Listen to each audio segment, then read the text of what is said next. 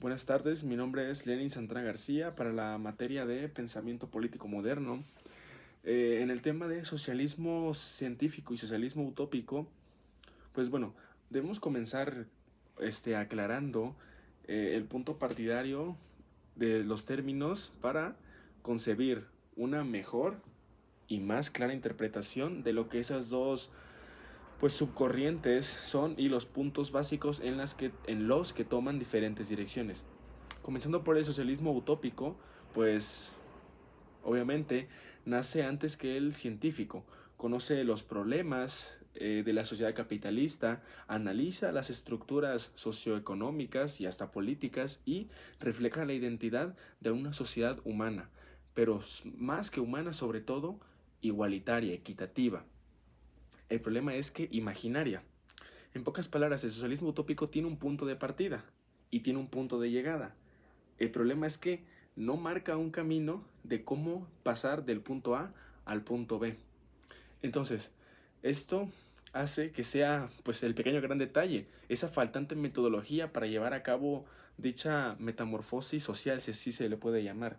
Entonces, por su parte, el socialismo científico, que ya parte del socialismo utópico, pues reforma en parte las bases del socialismo utópico.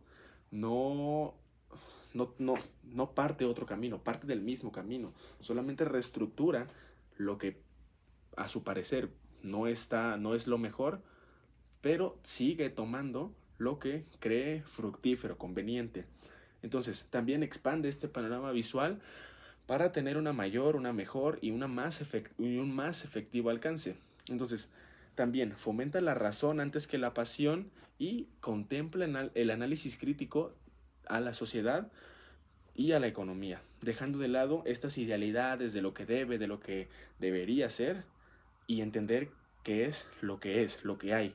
Se trabaja con lo que hay, no lo que quisiéramos tener. ¿Ok? Entonces también la comprensión histórica de la evolución de la sociedad a lo largo del tiempo y de los acontecimientos importantes dirige al socialismo a ser ya una rama teórico-científica y de aplicación. El dejar de lado este enfoque unilateral, solamente teórico, permitió al socialismo evolucionar hasta convertirse en una ciencia, en un campo de estudio, tanto teórico como práctico. En pocas palabras, esto permitió al socialismo liberarse de las mismas ataduras que el socialismo se había puesto, ¿ok? Entonces, pasando un poco a las diferencias del socialismo utópico y al socialismo científico, bueno, puedo comenzar diciendo que el socialismo utópico pues va más allá con las idealidades, con lo que debería, con lo que ojalá fuese. Y el socialismo científico pues está más centrado, tiene los pies más en la tierra y entiende que las cosas no son como deberían, comprende el entorno en el que se desenvuelve y en base y a raíz de ello crea las soluciones o las posibles soluciones conforme su manera de pensar, ¿ok? Entonces, otra diferencia, el socialismo utópico es muy teórico y el socialismo científico, bueno, ya llega más al campo de la aplicación, al campo práctico. Y por último, el panorama. El panorama del socialismo utópico es muy corto, lo que no le permite tener un enfoque tan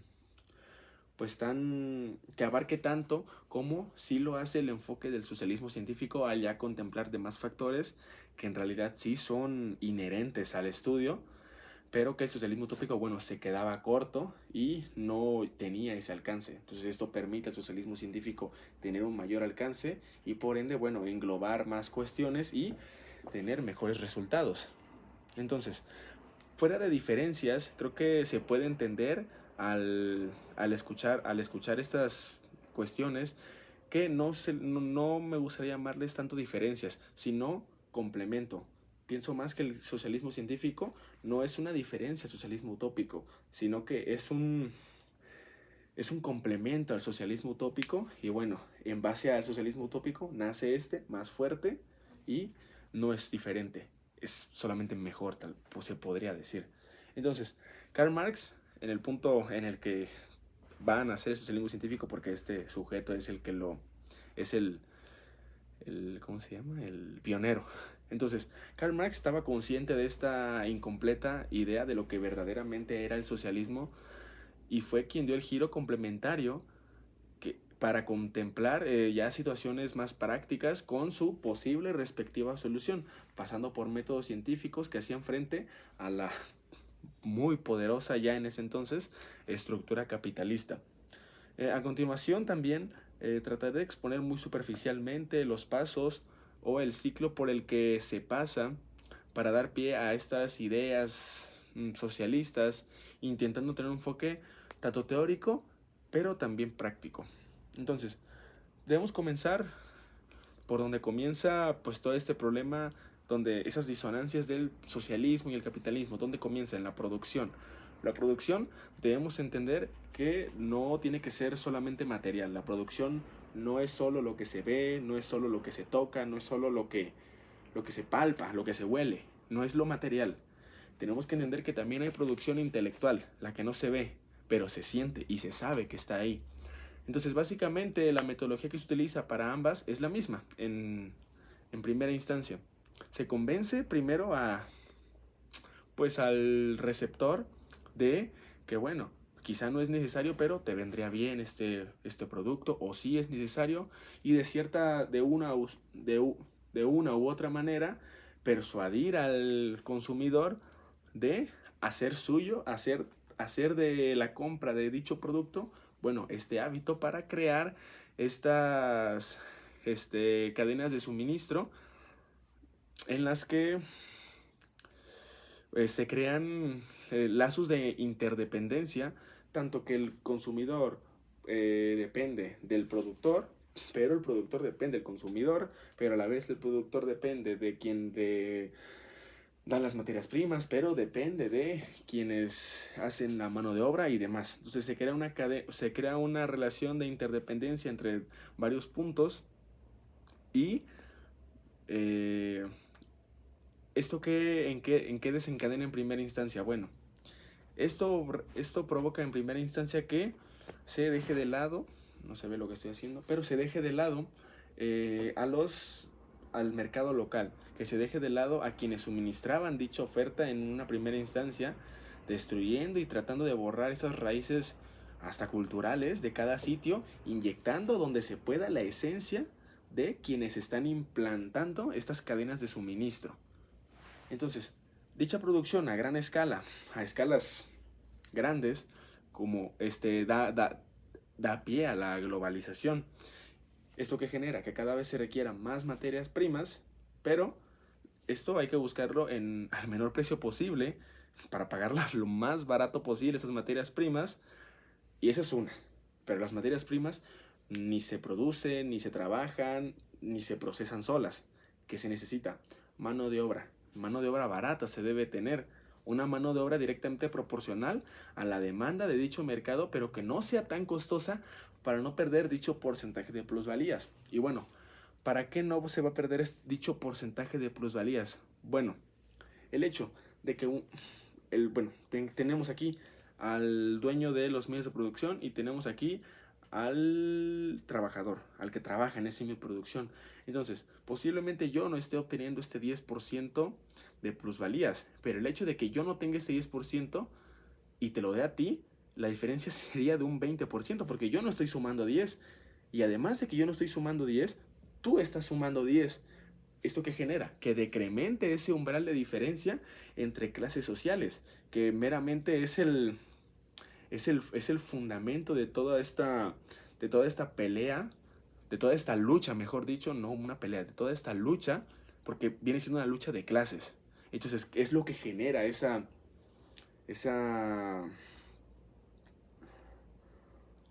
esparcimiento de capital. Creo que se me fue la palabra. Ok, entonces, se busca mano de obra barata. Entonces, todas estas cuestiones de materias primas baratas, manos de obras baratas, ¿dónde se buscan y dónde se encuentran? Bueno, se pueden buscar donde sea, pero se van a encontrar en los países subdesarrollados o poco civilizados y demás. Entendemos esto, ¿ok? Y es donde la gente está abierta a recibir esos pagos muy bajos, pero además que está permitido. porque hay demasiados países que sí respetan estas leyes laborales. Entonces, la gente, estas personas prácticamente eh, están prácticamente resignadas, ya nacen resignadas, a la vez que desgraciadamente en cierta medida condenadas a aceptar como remuneración o como sueldo lo equivalente a no vivir más allá del siguiente día de jornada laboral. Es lo que crea esta cuestión del reparto de utilidades. Entonces, los dueños de los medios de producción que generan para que las personas, pues no me gustaría utilizar esta expresión, pero para que las personas pues prácticamente prostituyan su trabajo, bueno, vuelven cuantificable su vida material, lo humano, lo que no debería, lo que no tiene precio, lo que tiene valor, es muy diferente lo que tiene precio y lo que tiene valor. Entonces, ¿qué buscan estas personas, los dueños de los medios de producción? Bueno, buscan que lo que tiene valor ahora tenga precio. Entonces, ¿sabes? Hasta la dignidad, ¿sabes? El cumpleaños de tu hijo, el aniversario de tus papás, demás festividades. Bueno, esas festividades, esta mentalidad que implantan, esa festividad no me va a dar de comer. En cambio, si voy a trabajar, sí voy a comer, la cena la tengo que llenar. Y bueno, esto es lo que se va generando y la persona, bueno, está dispuesta a trabajar. Entre otros pensamientos que podemos seguir oyendo al día de hoy en nuestros padres, en nuestros amigos, en nuestros tíos, vecinos, personas que conozcamos en cualquier lugar. Bueno, estos comentarios se pueden dar y a simple vista podemos interpretarlos como algo cotidiano, como algo sin mayor, sin mayor significado, pero que si lo analizamos y si lo tratamos de entender, bueno, es algo muy grave el hecho de que las personas denigren tanto su persona para estar sirviendo a otras personas. Entonces, Marx, cuando alude al término comunismo, lo alude a él como el conjunto de ideas realizadas por mismos representantes de los trabajadores obreros. Entonces, él destaca y hace énfasis en que el comunismo no está en contra de la propiedad, en contra de la propiedad en general, está en contra de la propiedad burguesa. Para entender esto, debemos entender su concepto de capital. Él alude al capital como un bien común de quienes lo trabajaron y produjeron y no un bien personal para beneficio del burgués. Al menos esa es la idealidad del capital. Entendemos, pues en ninguna parte es así o en muy pocas partes es así. Entonces, ahora que tenemos un contexto ya sin tergiversaciones de lo que el comunismo, de lo que por el comunismo lucha, bueno, exige la abolición de la propiedad burguesa, mas no de la propiedad personal. No exige la abolición de lo que tú o lo que yo tengo. Exige la abolición de lo que las personas aprovechadas tienen, de las personas que se hacen de la plusvalía del trabajo de terceros o de ajenos propia. Esa propiedad es la que busca abolir el comunismo. Eso hay que dejarlo claro para no entrar en no dejarse tergiversar, ¿ok? En pocas palabras, el comunismo no restringe a nadie de generar riquezas. Restringe el hecho de generarlas, como hace un momento dije, sojuzgando el trabajo ajeno, prácticamente robando legalmente. Entonces, en lo personal también, mi misma perspectiva, tengo que ser sincero, no tenía una perspectiva así del comunismo, de estas ideologías. Y la misma perspectiva que yo tengo que yo tenía del socialismo ha sido complementada. No la he cambiado, pues ha sido complementada. Y podemos notar la gran estructuración y el buen desglose hecho por Marx, pero sin olvidar a Engels, que fue parte fundamental también en los trabajos de Karl Marx. ¿Ok? Además, podemos ver hoy en día los frutos de este pensamiento en leyes constitucionales, leyes de protección al trabajo, cuando se abolió la esclavitud, las jornadas laborales, que por ejemplo aquí en México son de máximo 8 horas, correspondientes al salario mínimo, que en los últimos años ha estado creciendo de una manera muy significativa, aunque bueno, con la inflación y todo esto, pero eso es muy aparte. lo que más ha logrado esta lucha del comunismo, organizaciones con reconocible poder dentro de instituciones y sindicatos. Los sindicatos, pues, son células dentro de empresas, de organizaciones que se dedican, bueno, pues, a velar por los derechos laborales de los trabajadores. Entonces, todo esto que tal vez no pensáramos que tiene que ver con estas ideologías, pero que podemos notar que tienen mucho que ver todos esos antecedentes para que hoy en día o desde hace cierto tiempo pues se comience a respetar, a dignificar el trabajo de las personas. ¿Ok? Es importante, tener un pensamiento crítico, razonable y objetivo. Tomar de las cosas lo útil para con ello acercarse tan siquiera un poco al vano sueño de la igualdad social que tanto necesitamos. Sería bueno también, como comentario, hacer un análisis para darnos cuenta de que la teoría de todas estas corrientes las llevamos a práctica en nuestros día a día sin siquiera tal vez darnos cuenta. Entonces, pues hay que dejar de lado tal vez esto como comentario ya final, a título personal, porque creo que la actividad decía que debíamos hacer un pequeño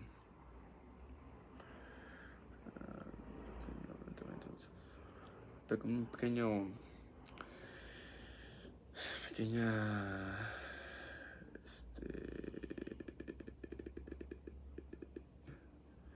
¿qué dice? Se me fue la palabra. Bueno, también, bueno, dejando, lo siento. Y el caso es que debemos, sería muy bueno como, pues, tomar a la razón, un pensamiento crítico y objetivos para, bueno, dejar de lado las pasiones y ser objetivos a la hora de pensar, de hablar o de decidir las cosas. Y que, bueno, entender que si algo no nos gusta del todo, bueno, utilizamos eso que creemos útil de ese tema para complementar lo que nosotros pensábamos, para complementar lo que nosotros hacemos y para poco a poco llegar a un pensamiento más estructurado, alejándonos siempre, pues no hay que estudiar para ser inteligentes, hay que estudiar para pues cada día ser menos ignorantes, ¿okay? Y bueno, ese ha sido mi trabajo. Creo que me expandí un poco demasiado. Y eso es todo. Espero que sea un buen trabajo, maestra. Y estoy abierto a crítica constructiva de cualquier índole. Nos vemos pronto.